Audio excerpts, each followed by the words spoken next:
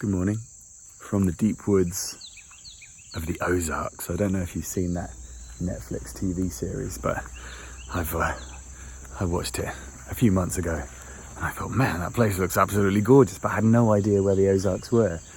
Now I know. They're in southern Missouri, northern Arkansas, spelt Arkansas. I'm still yet to get to the bottom of why Arkansas is pronounced Arkansas or Kansas is not pronounced Kansas, but we'll get there. So, the last week has been miles. On the whole, the countryside has become a little more hilly in eastern Kansas and then a lot more hilly in Missouri. And I've just been on the move.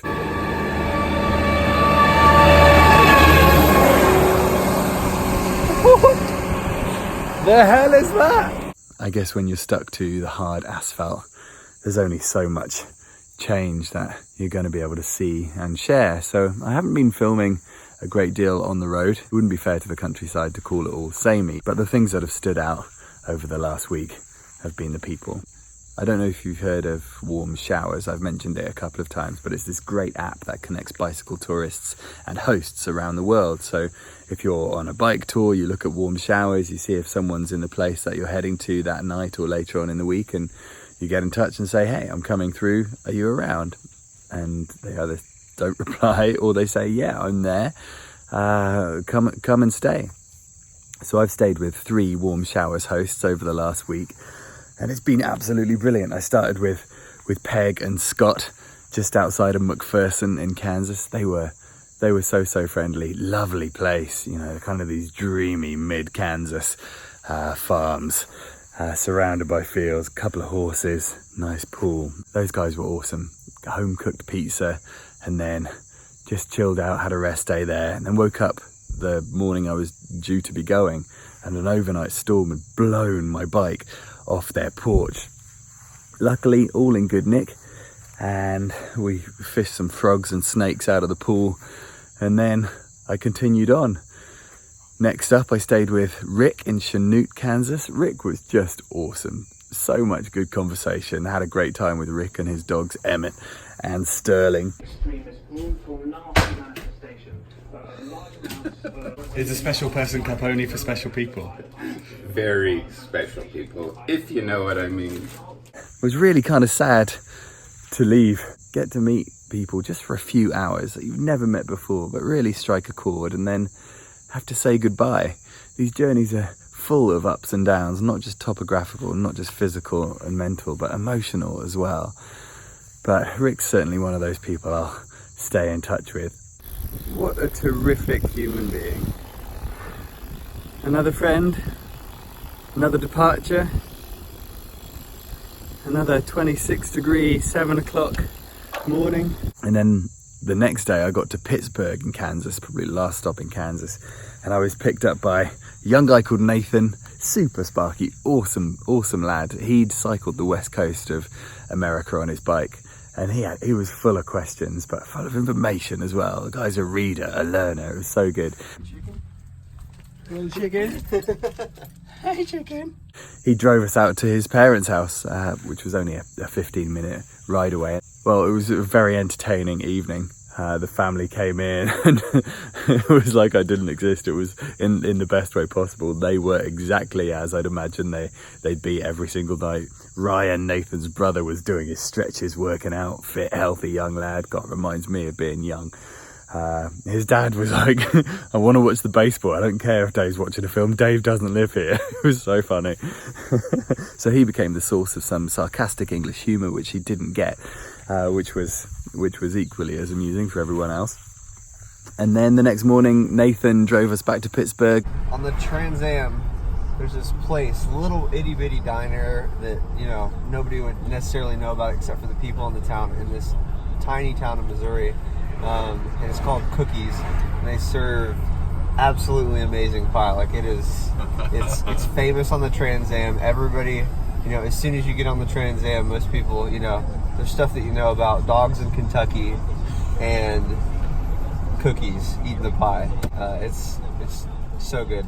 I'll ride out there just for pie. It's all this way. That sounds awesome. If I'm not too full from eating leftover steak from these guys' meal last night. There's always room for pie. There's always room for pie. Always. Nathan, recumbent, take one. Man, that is. I gotta get a break kind of.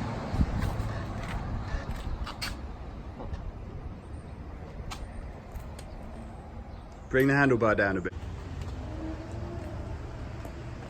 See, I'm sketchy about it. Okay. All right. Oh, yeah. Here we are. And rode out with me for a couple of miles, got some photos, and then released me across the border into Missouri. 35 miles later, I made it to Cookies, and not only did they have great pie, but I met 2 other cyclists, Russ and Cindy, who were also doing big distances across America. Canada, all the Pacific Coast Highway, across Yosemite. And then I did the Great Divide, and then I did the Arizona Trail. And then I went down, last year I did some of the Mexican Highlands in Guatemala. I'm thinking now about the Great Divide because I've learned it's not over my head. It's something I can do. And I don't mind the weather. I don't mind the heat. I don't mind the cold. As long as you have the right clothes, right? Along the way, God, it's so hot and humid in Missouri. Just taking a break in the shade. The only shade I can find. Shade of my bike. Compared to the high plains of Kansas where I was only a week ago, so much change.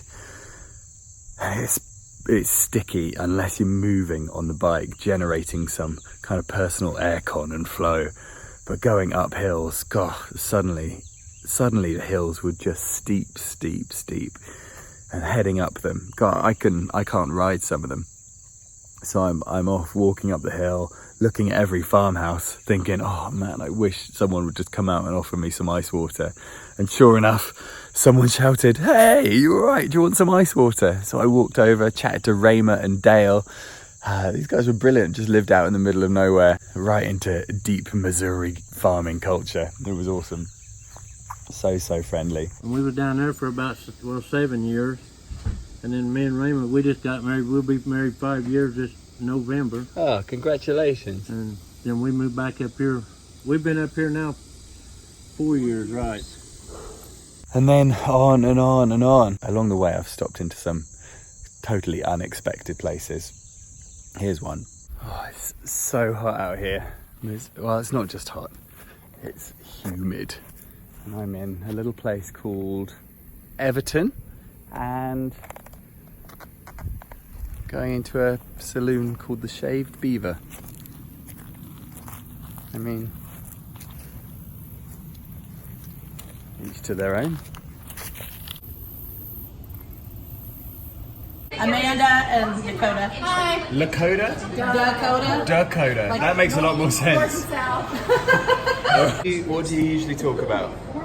Oh, What's the standard? Anything from Donald Trump to... Let's talk about Trump. Oh no! Hey Dakota, how much is this pink lemonade here? It's free. Really? Yeah. I like to accommodate my fellow friends. Did she charge you for your beers? She did charge me for my beer. I'm not